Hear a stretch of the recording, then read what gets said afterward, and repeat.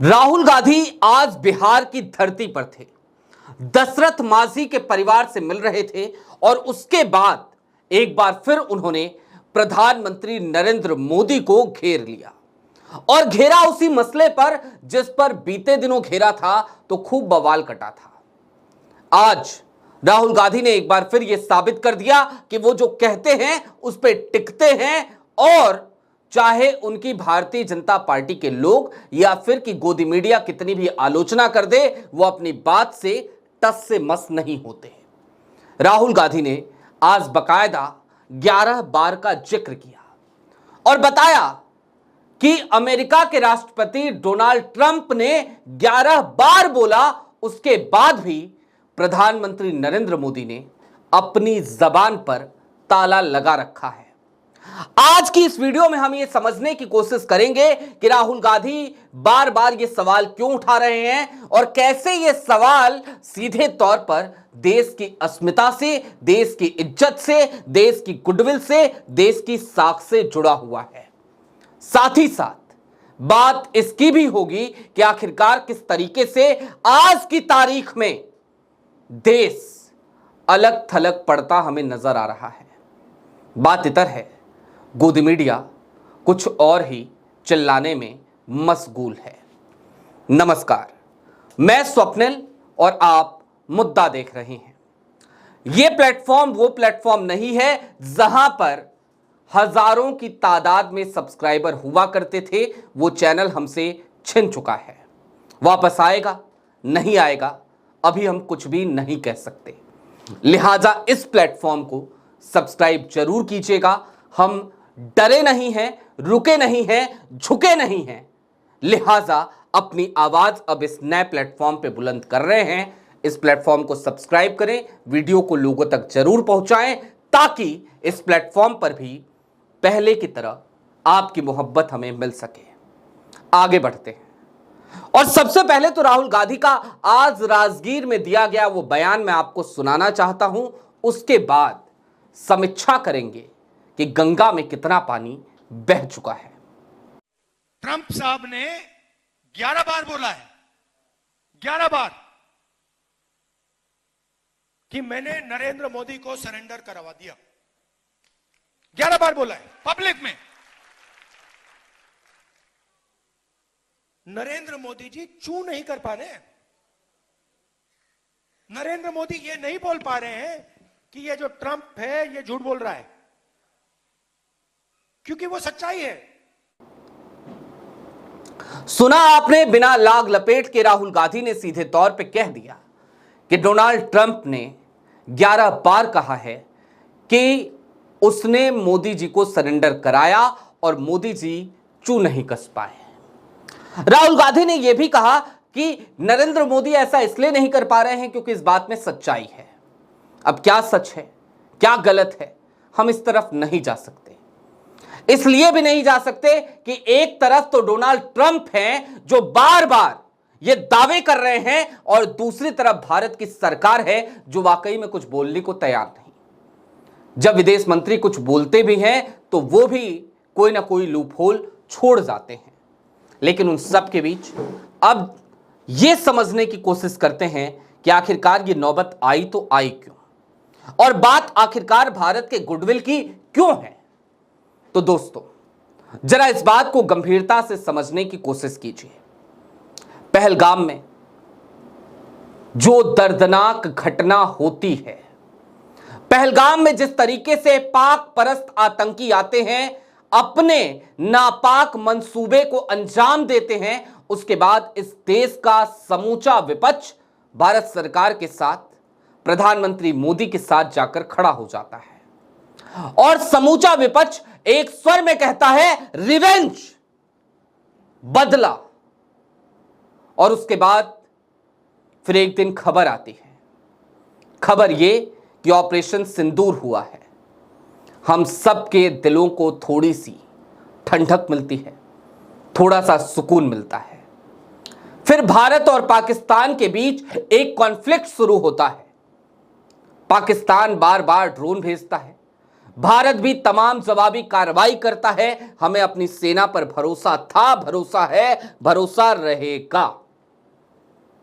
और फिर अचानक से एक ट्वीट आता है। यह ट्वीट किसी और का नहीं बल्कि अमेरिका के राष्ट्रपति डोनाल्ड ट्रंप का आता है। और ट्रंप कहते हैं कि भारत और पाकिस्तान सीज फायर कर रहे हैं। यह जानकारी हमसे पहले, हमारे देश के किसी नेता से पहले, हमारे देश के किसी जिम्मेदार अधिकारी से पहले डोनाल्ड ट्रंप देता है हमें। और उसके बाद जाकर के विदेश मंत्रालय की प्रेस कॉन्फ्रेंस आती है, वो 1 मिनट की, मिस्री साहब की, जिसमें इस बात की पुष्टि की जाती है। और वो दिन और आज का दिन डोनाल्ड ट्रंप 11 बार ये बात बोल चुके हैं कि हमने भारत और पाकिस्तान के बीच समझौता कराया, सीज फायर कराया। और ऐसे में यदि राहुल गांधी बार बार ये कह रहे हैं कि नरेंद्र मोदी सरेंडर कर गए, तो फिर क्या गलत कह रहे हैं? क्या कहा जाए इसे? किस तरीके से कहा जाए? वो हमारी समझ से परे है। और चलते चलते एक बात और समझने की जरूरत है। जिस वक्त ये कॉन्फ्लिक्ट चल रहा था, उसी वक्त पे 9 तारीख की बात है, IMF की एक बैठक थी। पाकिस्तान का लोन रिवाइज होगा कि नहीं होगा, इस बात पे चर्चा होनी थी। भारत एब्सेंट हो गया और पूरी दुनिया ने पाकिस्तान का साथ दे दिया। अभी पुतिन ने पाकिस्तान के साथ एक करार कर लिया। और इन सब के बीच भारत के साथ कौन खड़ा हुआ? और फिर भारत के जो प्रतिनिधि मंडल विदेशों में भेजे गए, उनसे कितने राष्ट्राध्यक्षों ने मुलाकात करी? तो आखिरकार इन तमाम खबरों को गंभीरता से देखने समझने के बाद जो जिंदा दिमाग लोग हैं, वो ये सवाल क्यों ना करें कि भारत की विदेश नीति का क्या? इस देश को जब आजादी मिली तो इस देश के पहले प्रधानमंत्री का नाम था पंडित जवाहरलाल नेहरू। वही नेहरू जिसको लेकर आज की तारीख में व्हाट्सएप यूनिवर्सिटी पे ना जाने किस किस तरीके के पाठ पढ़ाए जाते हैं, किस किस तरीके की भ्रामक जानकारियां साझा की जाती हैं। लेकिन यह बात क्या कोई नकार सकता है कि नेहरू वो नेहरू थे जिनको दुनिया का हर खेमा अपने साथ रखना चाहता था, सिर्फ और सिर्फ नेहरू के विजन की वजह से? जवाब है नहीं। और फिर ऐसे में आज की तारीख में यह सवाल क्यों ना किया जाए कि नेहरू की परंपरा से शुरू हुई इस देश की विदेश नीति आज की तारीख में कहां आ गई? नेहरू, शास्त्री, इंदिरा, नरसिम्हा राव, अटल बिहारी वाजपेयी, मैं बीच के कुछ लोगों का नाम नहीं ले रहा हूं, जानबूझ के छोड़ रहा हूं। उनका ही नाम छोड़ रहा हूं जो जिनकी सरकार में अटल बिहारी वाजपेयी विदेश मंत्री थे। उनका ही नाम छोड़ रहा हूं जिनको पाकिस्तान का सर्वोच्च सम्मान दिया गया, निशाने पाकिस्तान। उनका ही नाम छोड़ रहा हूं, लूंगा नहीं। आप जाके गूगल कर लीजिएगा, देख लीजिएगा भारत के अब तक के किस प्रधानमंत्री को निशाने पाकिस्तान मिला, आप समझ जाएंगे। उन्हीं का नाम छोड़ रहा हूं। लेकिन वो परंपरा, वो विरासत, वो विदेश नीति आज की तारीख में कहां है? और फिर ऐसे में सवाल क्यों ना उठाया जाए कि प्रधानमंत्री मोदी के नेतृत्व में इस देश की विदेश नीति का बंटाधार किया गया है? और फिर यह सवाल क्यों ना उठाया जाए कि इसका खामियाजा आज देश भुगत रहा है? बहरहाल सच कड़वा होता है, लेकिन पत्रकारिता के पेशे में, सहाफत के पेशे में हमारी जिम्मेदारी ही यही है कि हम सच बोलें, कड़वा सच बोलें।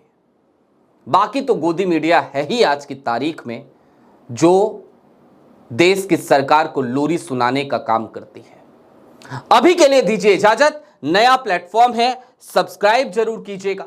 चलते चलते बस यही अपील करेंगे कि चूंकि नया प्लेटफॉर्म है, रीच कम है, सब्सक्राइबर बेस कम है, पुराना प्लेटफॉर्म नहीं है, ये 2 साल 2.5 साल की मेहनत के बाद हमसे हमारा वो प्लेटफॉर्म छिन चुका है, लेकिन हम वापस लौटे हैं उसी नाम के साथ, उसी ब्रांड के साथ, उसी बेबाकी के साथ, उसी बुलंद आवाज के साथ, क्योंकि हमें आप पे भरोसा है और हमें पता है आपकी मोहब्बत यहां पर भी जरूर मिलेगी।